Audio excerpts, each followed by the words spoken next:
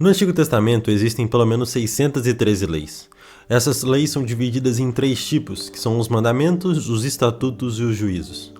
E bem, essas 3 leis elas não têm nada a ver, por mais que as palavras sejam parecidas, elas são coisas diferentes. E isso nos leva a entender um pouco mais do que Jesus quis dizer quando ele disse: "Não pensem que vir abolir a lei ou os profetas, não vim abolir, mas cumprir." Bom, a gente tem conhecimento que para o pecado naquela época de Moisés ser perdoado, existia um mandamento cerimonial que era: o cordeiro tinha que ser puro, o cordeiro não poderia ter nenhum machucado, nenhuma cicatriz, nenhum defeito. E como era feita essa purificação? A pessoa que pecou, ela colocava sua mão sobre o animal e a pureza do animal vinha para a pessoa e o pecado da pessoa ia para o animal. E aquele animal era morto. Até porque todo pecado gera morte e todo pecado resulta em morte. A gente pode ver que o primeiro pecado lá no Jardim do Éden de Adão e Eva gerou 2 mortes. Até porque Deus teve que matar 2 animais para fazer a roupa que ele deu para Adão e para Eva. Então podemos ver que em toda a geração, toda a existência, toda a criação, sempre que alguém peca, algo morre. Porém, para que os animais parassem de morrer, para que o sacrifício deixasse de ser daquele jeito, Jesus ele veio abolir esse tipo de lei. Porque era uma lei cerimonial. Hoje em dia a gente não pratica mais essas cerimônias.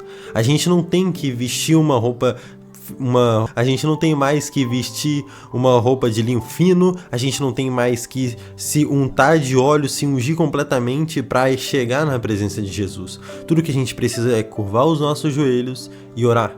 Então a gente pode ver que existem partes da lei que foram abolidas e partes da lei que não foram abolidas. E essas que foram abolidas, elas vieram para ser cumpridas, assim como Jesus disse.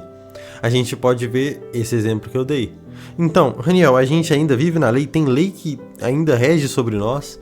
E bom, isso que vamos ver hoje. Então eu te peço que ajeite sua cadeira, fique bem à vontade, pegue sua Bíblia que a gente hoje vai descobrir o que é o pecado na Bíblia.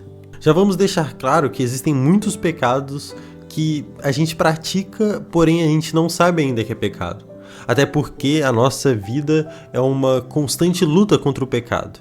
E existem coisas que são criadas recentemente, as quais não existem na Bíblia, dizendo ser pecado ou não. Porém, Deus deixou um versículo chave para nós, que é: tudo posso, mas nem tudo me convém. Então, a gente tem que buscar essa santificação constante todos os dias da nossa vida até que Jesus volte. Porém, a gente pecar sem consciência não nos faz pecadores. Até porque eu vou dar um exemplo bem rápido aqui do que seria você ser considerado um pecador. Quem joga tênis é o jogador de tênis. A pessoa que pratica aquele esporte, joga, ela é o jogador. Porém, ela pratica aquilo constantemente. Agora, se um dia eu for numa quadra que um amigo meu conhece, ou na casa de alguém que tem uma quadra de tênis, jogar tênis por algumas horas, brincar, eu não me torno um jogador de tênis.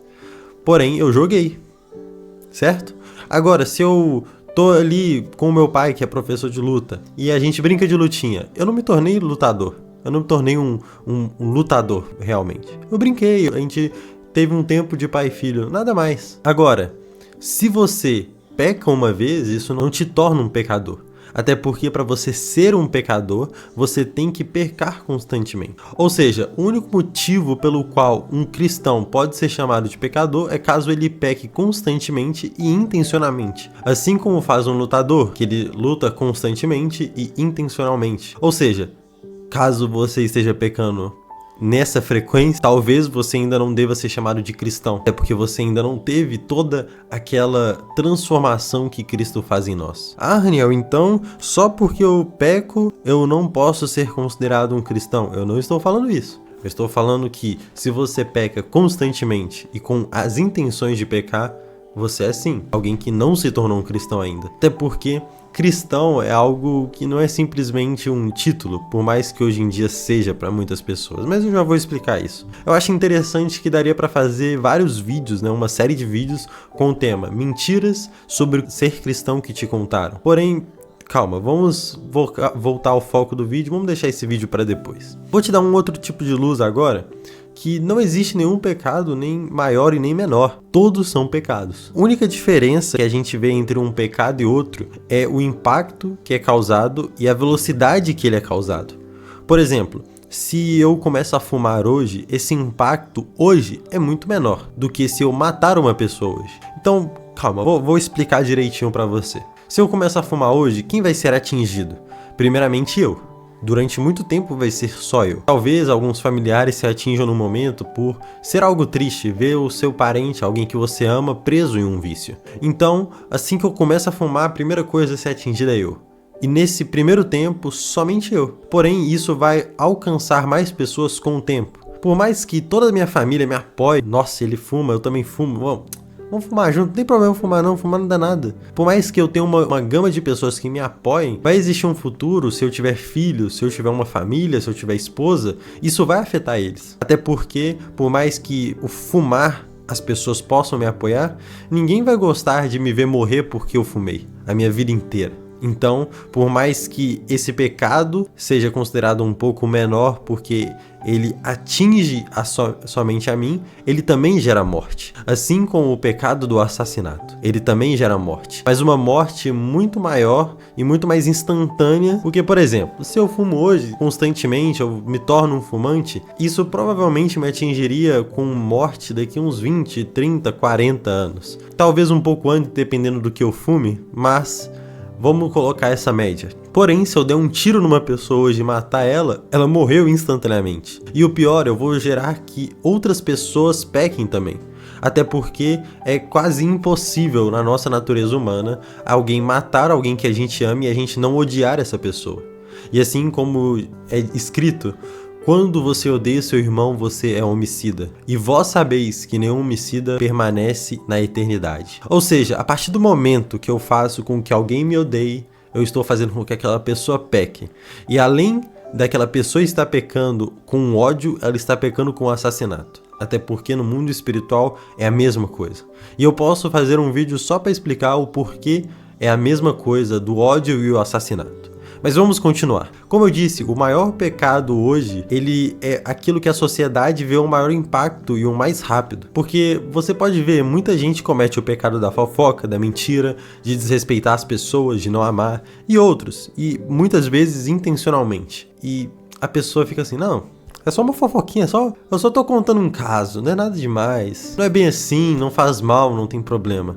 Só que tem uma grande chance do julgamento, naquele último dia, quando você estiver de frente com Jesus, isso te levar a ter uma péssima notícia. Você ser barrado de viver uma vida eterna porque você preferiu pecar, preferiu fofocar um pouquinho ali com seus vizinhos, com seus amigos. E bem, acredito que você não quer perder sua vida eterna ao lado de Jesus, simplesmente por uma fofoca. O fato triste também é que hoje as pessoas querem deixar de pensar e de estudar a palavra. Eles querem uns livros com os versículos escritos explicitamente tudo que é pecado ou não. Um versículo que está escrito é pecado cheirar cocaína. Um versículo que está escrito é pecado usar drogas. É pecado escutar música secular. Os cristãos hoje em dia não querem morrer para suas vontades e não querem viver os desejos de Jesus. Não querem carregar a sua cruz. Eles querem simplesmente ser salvos sem se envolver com Jesus. E em 2 Coríntios 5, do 14 ao 15 diz: Pois o amor de Cristo nos constrange, porque estamos convencidos que Ele morreu por todos nós. Logo, todos morrerão. E Ele morreu por todos, para que todos aqueles que vivam não vivam mais para si, mas para aquele que por eles morreu e ressuscitou. Ou seja, se Jesus morreu para que você viva, mas não para que você viva seus próprios desejos, suas próprias vontades, seus próprios sonhos, mas que para você viva aquilo que Ele tem para você. Então lembre-se, o alerta de Jesus para aqueles últimos dias não é aparta-se de mim porque você não dizimou, aparta-se de mim porque você não jejuou 40 dias, mas e sim, aparta-se de mim pois eu não te conheço. O pecado mais perigoso, entre aspas, que a gente pode conhecer é não ter comunhão com Jesus. Não ter comunhão com Deus nos leva a pecar e nos leva a não ser santos. Nos leva a não ter conhecimento dos pecados que a gente comete. Até porque, se a gente não se envolve com a santidade, a gente não consegue ver o pecado em nós. Quando você está em um meio de pessoas que vivem em pecado, você não consegue ver um defeito entre vocês. Até porque, se você está no meio dessas pessoas que falam palavrão, que fumam, que bebem, se você soltar um palavrão sem querer, você não vai ver uma reação de choque. Você não vai ver essas pessoas, uau, cara, o que aconteceu? Mas agora, se você está no meio de pessoas que se limpam, se purificam constantemente e sempre querem um novo nível de santidade, qualquer deslize que você cometer, eles vão te alertar, você vai perceber, você vai falar assim, caraca, eu tenho que mudar, eu não posso deixar com que isso aconteça de novo. Mas hoje em dia as pessoas preferem passar 2, 3, 4 horas no Reels, no TikTok, vendo no Instagram, e ao invés de simplesmente ajoelhar, clamar ao Senhor pela presença dele, sabe? As pessoas hoje em dia vão comer pizza, vão para encontrar com os amigos, saem depois dos cultos, mas elas não têm coragem, coragem mesmo. Elas não têm coragem de subir ao monte, de subir em cada degrau, ou então, se você subir um monte que não tem degrau, a cada vez que você colocar um pé na frente do outro, você fala assim, Senhor, quando eu chegar lá em cima, mostra-me tua glória. E assim que você chegar lá, se o céu não estiver aberto, você ajoelhar, você clamar, você marchar, até que a glória venha. Hoje em dia os cristãos não fazem mais isso, eles não têm mais essa coragem. Fica parecendo muito aquele povo do deserto, Moisés, suba em meu lugar. Hoje em dia os cristãos têm alguém que suba ao lugar para eles. Ninguém hoje quer simplesmente se sacrificar e subir até um monte. Hoje em dia os cristãos passam dias, semanas, meses procurando uma namorada, procurando um namorado, um noivo, uma noiva, procurando alguém para casar. Mas elas não têm coragem de passar 30 minutos de joelho procurando a presença de Deus. Às vezes a gente levanta e na correria do dia a dia a gente fala, não, Jesus, mais tarde eu vou orar mais tarde, quando eu chegar do trabalho vai ser um momento bom, eu não vou ter nada pra fazer e eu vou orar, eu vou tirar um tempo com o Senhor, eu vou fazer meu devocional com o Senhor. Então Jesus, ele fala, uau, meu filho vai me ver daqui a pouco, falta 8 horas, eu espero, não tem problema, a gente vai se ver, vai ser maravilhoso. Aí Jesus pega sua cadeirinha, seu banquinho, coloca a mesa, prepara todo aquele banquete de relacionamento, prepara uma palavra para te dar e te espera o dia inteiro. E ele tá lá te esperando, e você chega do trabalho e você vai tomar banho e Jesus te esperando, e você vai comer e Jesus te esperando, e você deita na cama e Jesus te esperando, e você mexe no TikTok e Jesus te esperando, e você vê Reels e Jesus te esperando, e você conversa com um monte de pessoas e não conversa com Jesus.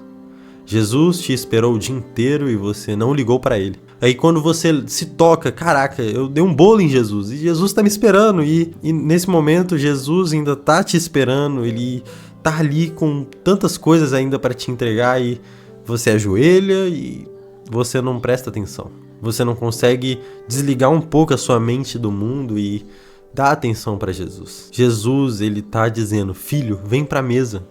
Filho, vem ter um momento, eu tenho uma coisa para te mostrar, eu tenho uma coisa nova para te contar. Mas você não dá atenção. O maior pecado que podemos cometer é não nos relacionar. E é muito de entristecer saber que hoje em dia os jovens não conseguem se desfazer de nada por Jesus. Nem de músicas, nem de filmes, nem de séries, e simplesmente querem viver os seus prazeres. Sendo que Jesus nos mostrou um personagem na Bíblia que retrata a juventude. Eles podem, você não. Em 2 Timóteo 3,14 tem um versículo que nos mostra isso. E nesse versículo Deus fala pra você, seus amigos do mundo, seus parentes do mundo, seus colegas da escola, podem fazer, mas você não pode, pois eles não conhecem a verdade, mas você, jovem, você conhece. Você não pode, pois conhece as escrituras sagradas que são capazes de te tornar sábio e te fazer escolher a salvação, te escolher Cristo. Eles podem, pois não conhecem aquilo que você conhece. Eles podem, pois ainda Jesus não age na vida deles como age na sua. Eles podem, pois ainda não experimentaram Jesus da maneira que você experimenta. Eles podem, pois ainda vivem na ignorância, mas você vive com Jesus. Jesus, ele rasgou os véus dos seus olhos que te encobriam de ver tudo a glória dele. Ele te resgatou do domínio das trevas e te levou para o reino dele. Aquilo que Deus tem feito em você te impede de viver uma vida como qualquer outro vive. Sabe qual que é o verdadeiro pecado da Bíblia? É viver como quem não conhece. E quem conhece diz, ide e pregai o evangelho a toda criatura. E toda criatura é todos aqueles que não conhecem, pois ainda não são filhos. Leve Jesus e ajude-os a sair da ignorância, para que todos eles vivam o amor de Jesus, assim como você vive. Pois o verdadeiro pecado é a omissão do seu dever. E eu espero que você tenha gostado desse vídeo e entendido qual que é o verdadeiro pecado na Bíblia e se você realmente comete ele, eu te peço, pare. Simplesmente a omissão do seu dever é você parar de viver tudo aquilo que Deus planejou para você. E Deus planejou tudo de bom, perfeito e agradável para sua vida. Uma vida tranquila, uma vida com paz. E com tranquilidade, eu não digo sem aflições, mas com a esperança que essas aflições vão te levar a uma vida eterna, a um sacrifício digno como o de Jesus. Então, caso você tenha gostado desse vídeo, eu peço que você deixe seu gostei, compartilhe com alguém que você ama e que você deseja que a pessoa tenha esse despertar que eu propus nesse vídeo. E para todos aqueles que chegaram até aqui, eu digo que nos comentários vai ter no comentário fixado um PDF com a menção de todos os pecados não, com todas as leis do Antigo Testamento, todas as 613, para caso você queira ver, caso você queira consultar todas as leis algum dia. E eu te agradeço por ter visto até aqui e até a próxima.